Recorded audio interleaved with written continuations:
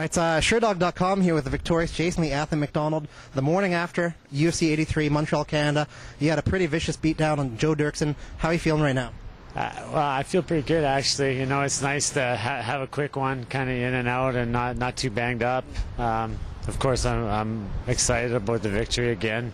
It was nice to put that whole soap opera behind me, and it's not really my style to get caught up in those kind of he said, she said type things. So it's nice to Joe and I buried the hatchet after the fight and move on to newer things now.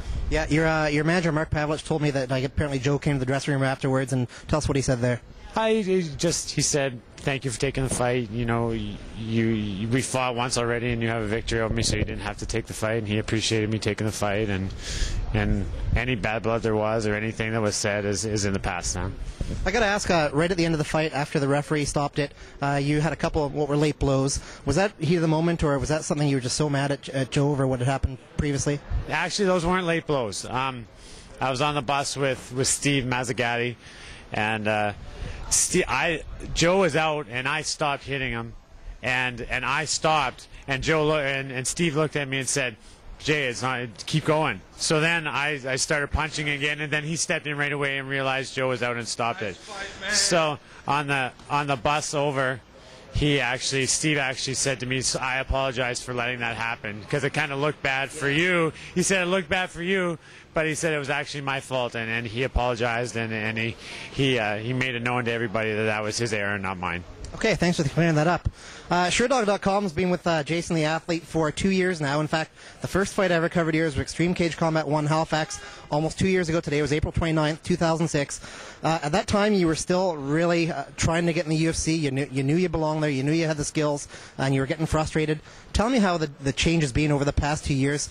Since that time, you've been in the UFC. You're a huge fan favorite. When you walked in the Bell Center last night, the difference in the applause between you and Joe Dirksen was just staggering. Fans love you. You've won 3 submission or knockouts in the nights.